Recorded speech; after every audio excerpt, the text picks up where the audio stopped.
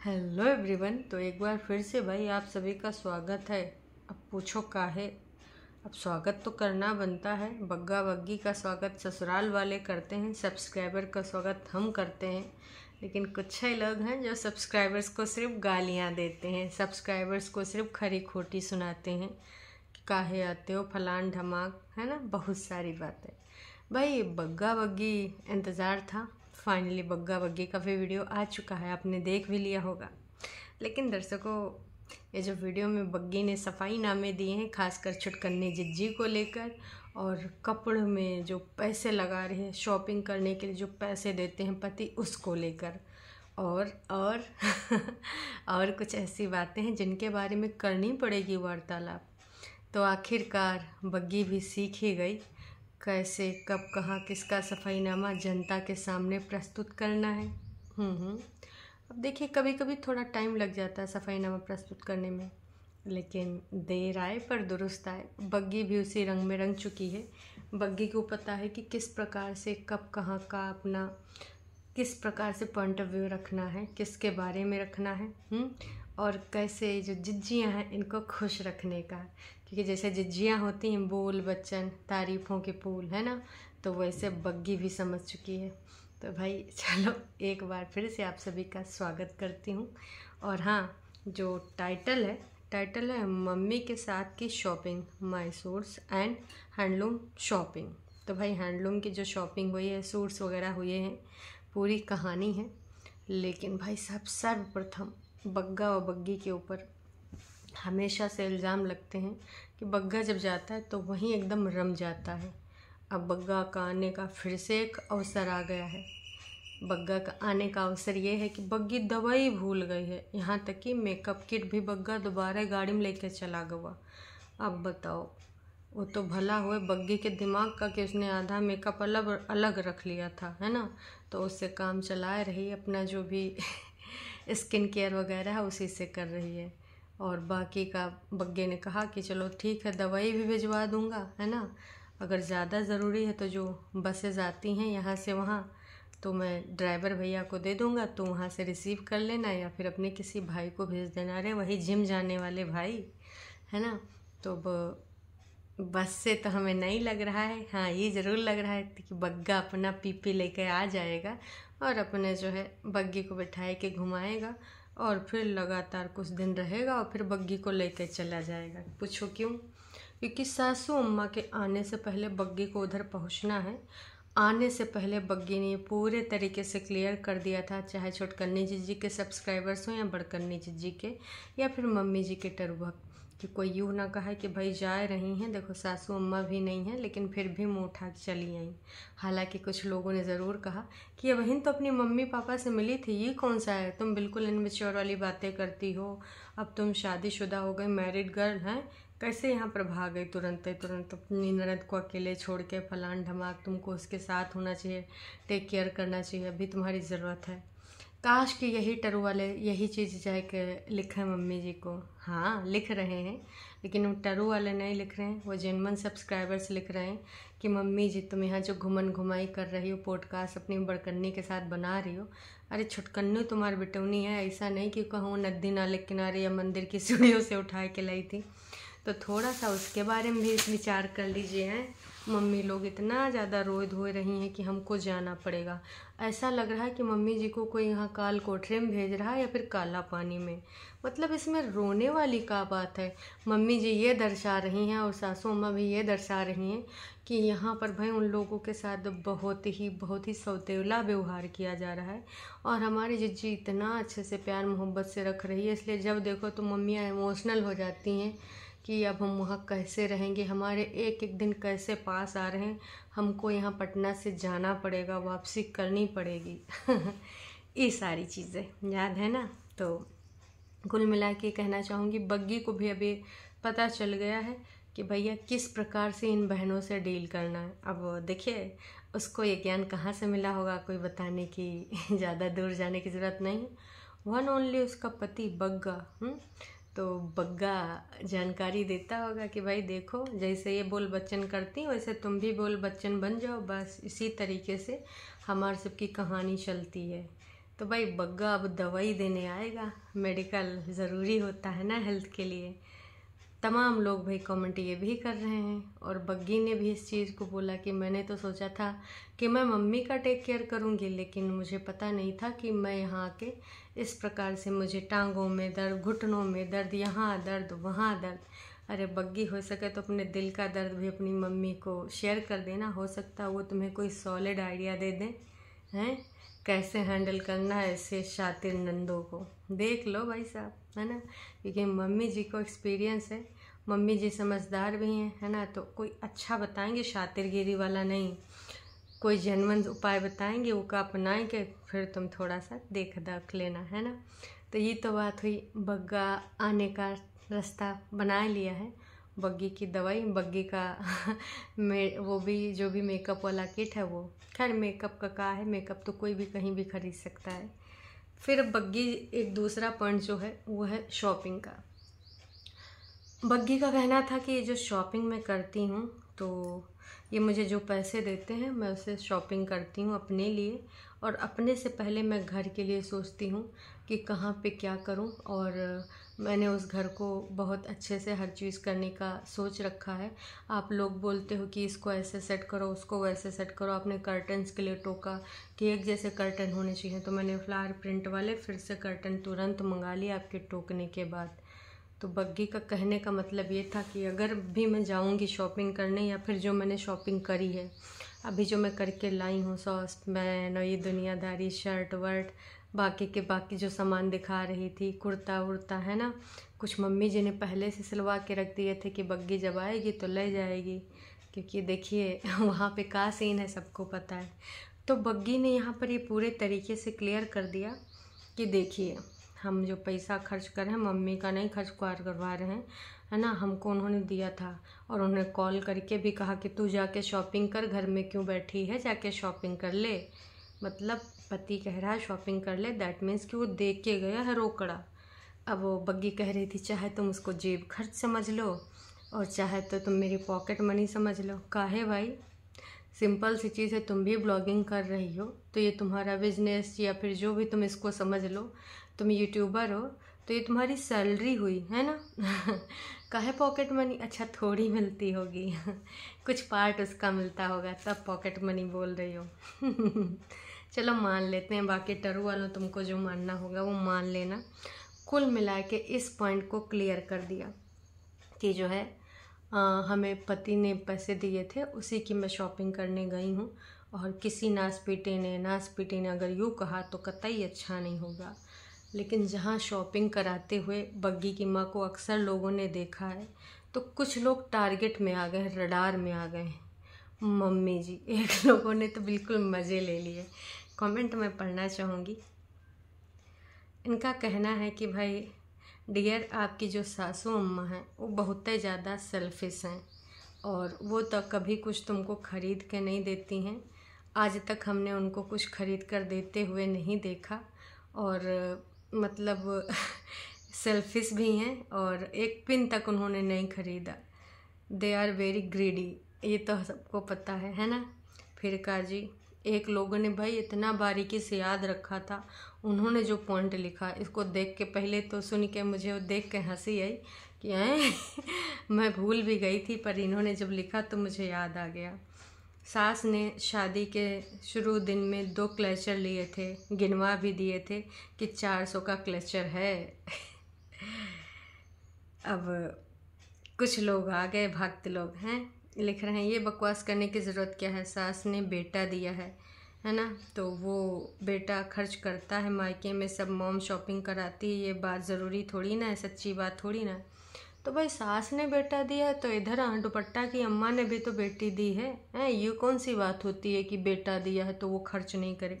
अच्छा ज़्यादा दूर नहीं जाते हैं, अभी जुज्जी जैसे बग्गी के साथ भी तो सासू अम्मा रहती हैं, तो बग्गी के लिए भी तो शॉपिंग करनी बनती है, इकलौती बहुरिया 2-4 नहीं है। शादी में भी इन लोगों ने कितनी कंजूसी करी, सबसे छुपा नहीं है।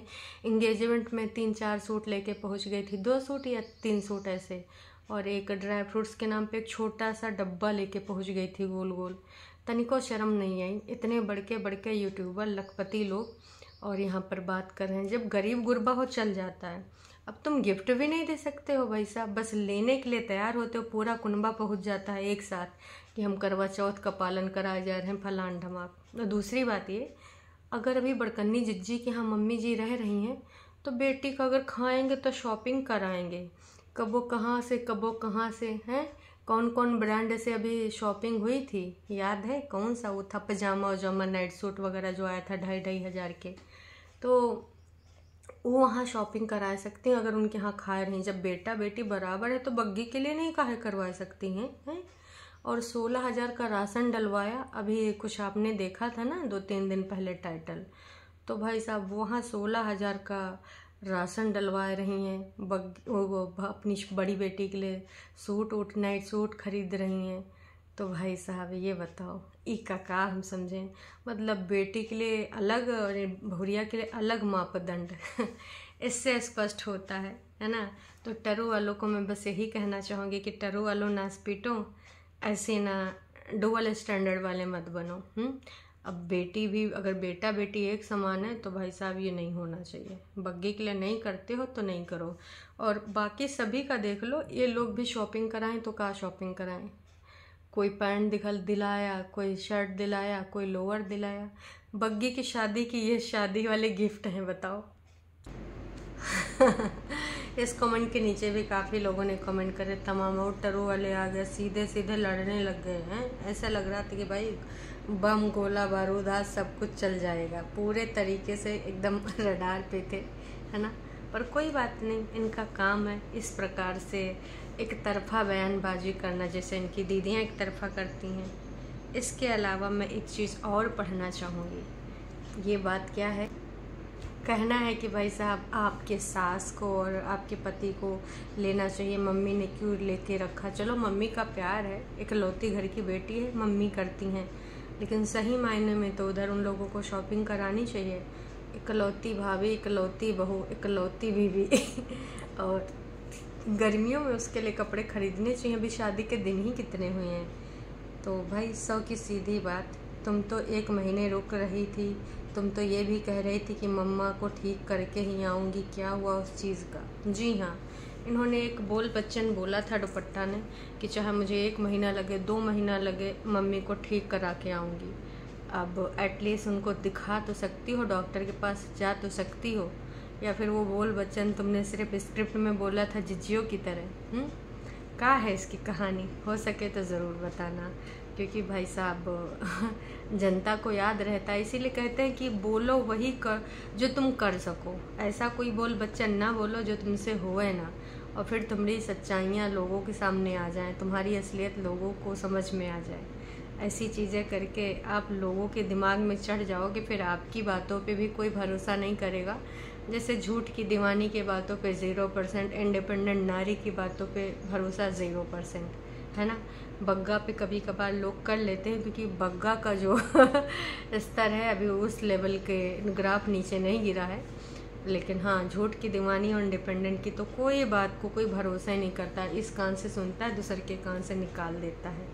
पर आपने जो बोला था तो एटलीस्ट वो करना चाहिए आपको अपनी मम्मी के लिए। फिर जो सफ़ाईनामा जज्जी ने दिया है कि हेलो गाइस, मेरा पति तो मुझे भूल गया, वो मुझे याद ही नहीं करता। मतलब ऐसा क्यों किया मेरे पति ने। पर चलो ठीक है, वो मुझे नहीं याद करता, पर मुझे कोई और ज़्यादा याद कर रहा है। कौन? ननद रानी, छोटी ननद रानी के साथ यहाँ होके भी बॉन्ड दिखाया जा रहा है, क्योंकि बग्गी को बहुत अच्छे से पता है कि उसको कंट्रोल कैसे करना है। लोग तो भर रहे होंगे ना दिमाग, तो उसकी तारीफ़ा करते रहो, बस वो कंट्रोल में रहेगी। फिर यूट्यूब पे अगर आए कि अगर अपनी दुकान का शटर खोला, जो कि आज या कल में खुलने वाला है, काहे भाई साहब, कानूनी प्रक्रिया वाले जज्जा जी का वीडियो आ चुका है कि खुश रहो, मैं यही कामना करता हूँ, लेकिन अलग अलग। और बहुत सारी बातें बोली हैं कि इसको सीधा जवाब समझ लो या फिर इनडायरेक्टली समझ लो, पर मेरा जवाब यही है, बार बार मैं बोल चुका हूँ, है ना। तो उनका वीडियो तो आएगा ही। तो इस समय भरी होंगी हमारी जज्जी यहाँ गटाई तक, तो भाई साहब कहीं इधर भी बोल दिया अकेले रहना फलान धमाक, कोई किसी का नहीं होता। इसीलिए आज भाई भाभी जी को समझ में आ गया कि ननद रानी को किस प्रकार से ना ऐसे रखना है। इसीलिए ननद रानी की तारीफ़ा कर दी कि मुझे बहुत अच्छा लगा, वो मुझे बार बार कॉल करते हैं, मेरे हस्बैंड से ज़्यादा तो मुझे वो याद करती हैं। वाह जी वाह, जी याद कर रही हो अपनी भाभी का, सही है माँ, हैं? चलो बढ़िया है। देर आए पर दुरुस्त आए, पर कितने दिन के लिए आए मैं हमेशा बोलती हूँ, क्योंकि देखिए भाई साहब, इन सब का कोई भरोसा नहीं होता है। आज याद कर रही हैं, कल भूल जाएंगी, हमेशा इनका यही रहा है। उम्मीद यही करेंगे कि अब ना कुछ दिन तक इनका जो भाभी के साथ एटलीस्ट बॉन्ड है, क्योंकि जिज्जी ने बोला है ना कि मैं बदल गई हूँ वक्त के साथ तो वाकई में चलो जिज्जा जी के ना ही सही, कागजी पति के लिए ना ही सही, पर अपने घर में जो आपके खास रिश्ते हैं और जो अभी आपके साथ में है, चलो ठीक है। बग्गी चली आई है, बग्गी की भी हेल्थ इशू था, है ना। बग्गा तो है, आजकल जिज्जी उधर फर्ज निभा रही, बग्गी की किचन को संभाल के साफ सफाई करके पूरा घर परिवार देख रही है, तो का कम बड़ी जिम्मेदारी होती है। इसलिए भाई बग्गी भी इधर लपेटा में ले रही है कि मेरी जो ननद रानी है कितनी अच्छी हैं। हमारा पति जरूर निठल्ला निकला यहाँ कह रहा था कि मैं याद करूँगा, फरियाद करूँगा, वहाँ जाए कि नदी नाले नहा रहा है, मगरमच्छ की तरह तैर रहा है, वो तो करा नहीं, लेकिन चलो ननद रानी ने कर लिया। बाकी दर्शकों, आपको क्या लगता है जो इनके बोल वचन है वो कब तक चलेंगे? क्योंकि भाई आज नहीं तो कल इनकी सच्चाई सामने आ ही जानी है।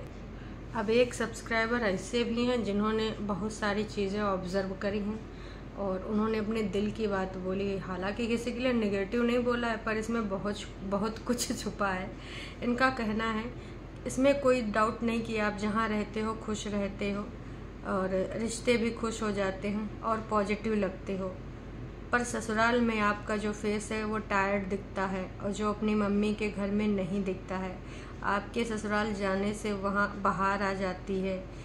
लिखा कि बग्गा बहुत ही अच्छा लड़का है, बस आपकी ननद की प्रॉब्लम सॉल्व आप ही कर सकते हो और कोई नहीं कर सकता ऐसा लगता है, क्योंकि आप इनोसेंट लगते हो। अच्छा जी, और आपकी प्यारी बात हर कोई सुन लेगा। आपकी ननद छोटी वाली अंदर से बहुत डिस्टर्ब है वो तो दिखता है, भले जिज्जी बोलती रहा I am so happy, I am so excited, 4 दिन की जिंदगानी जियो और जीने दो, बहुत सारी चीज़ें बोलती हैं, क्या लेके आए हो, क्या लेके जाओगे, लेकिन अंदर अंदर सबको पता है कि हमारी जिज्जी कितना डिस्टर्ब है। खैर आगे पढ़ते हैं। इनका कहना है कि आपकी ननद छोटी वाली अंदर से बहुत डिस्टर्ब है। उसने भाई कागजी पति से 3 साल के बाद पैचअप करने की सोची, अब बहुत देर हो चुकी है और तब तक अंकुश ने बहुत एफर्ट किए, पर आपकी ननद ने इल्ज़ाम लगाया, इसी कारण अब उसका दिल बदल चुका है। पर आप एफर्ट करोगे तो शायद कुछ पॉजिटिव हो। बहन, इनके करने से नहीं हो सकता, तुमने कोशिश तो बहुत अच्छी करी, पर जब तक बिग बॉस नहीं चाहेंगे, झूठी बिग बॉस के पास जाओ, इस प्रकार के कमेंट करो। उनका ईगो हर्ट हुआ था सिड को दिखाने को लेकर कि पहली बार तो हम ही YT पर दिखाएंगे बच्ची का वीडियो, तो अगर वहाँ कुछ कर सकते हो तो भाई वहाँ देख लो, हो सकता है कुछ हो जाए, पर यहाँ पर कतई कुछ हो नहीं सकता। बाकी आप लोगों का क्या लगता है कमेंट करके ज़रूर बताना। बड़कन्नी जिज्जी अगर अब तक चाह गई होती तो कहती नहीं है कि अगर किसी का मैं देखती हूँ रिश्ता ख़राब हो रहा, कोई एक दूसरे से नाराज़ है, तो मैं बात करा देती हूँ, तुरंत फ़ोन लगा देती हूँ, बीच में जो भी समस्याएं होती हैं वो रिजॉल्व करा सकती हूँ, करा देती हूँ। जैसे कि उस दिन ससुर जी से कुछ होता देख कर सास पिघल गई थी और कुछ उनको पुरानी बातें याद आ गई थी, तो ससुर जी से बात करा दिया था, हैं याद आवा आप सबका, याद आएगा होगा। तो उम्मीद करते हैं कि भाई साहब अब कोई ऐसा कुछ इधरों कर दे तो कुछ इनका भला हो जाए। बाकी आपको क्या लगता है कमेंट करके ज़रूर बताना। अभी के लिए इतना ही। बहुत बढ़िया सफाईनामा आज बग्गी की तरफ से, लेकिन हम सबको पता है कि अब हमारी चाणक्य नीति बग्गी भी समझ चुकी है, जो कि बेहद ज़रूरी था। जो ननद रानी वाला बेहद ज़रूरी है चलिए जी, अभी के लिए इतना ही। अब देखते हैं कि हमारी छोटकन्नी जिज्जी कब फुफकार मारने आती है या फिर कुछ और नए तरीके का स्क्रिप्ट मिलेगा। स्क्रिप्ट के अनुसार ही उसको प्रदर्शन करना होता है। अपने दिल की बात कभी कभार ही बोलती है और फिर दूसरे ही दिन उसके ऊपर ना अपनी स्क्रिप्ट थोप दी जाती है, पता है ना आप सबको। चलिए जी, फिर मिलते हैं एक नई वीडियो में। तब तक के लिए टाटा बाय बाय। चैनल पे अगर आप नए हैं तो चैनल को कर लीजिए सब्सक्राइब, और वीडियो अगर पसंद आई है तो जाने से पहले भैया एक छोटू सा लाइक करके जाइएगा, क्योंकि आपकी एक लाइक से मनोबल बढ़ता है। मुझे अच्छा लगेगा अगर आप इस वीडियो को लाइक करेंगे। चलिए जी, अरे टरू वालों, नाच पीटो, अनलाइक काहे कर रहे हो? लाइक कर दो इतनी देर तक अगर देख रहे हो तो। हाँ, नहीं तो जब देखो उल्टा ही काम करोगे, कब्बो अच्छा काम नहीं करोगे तुम।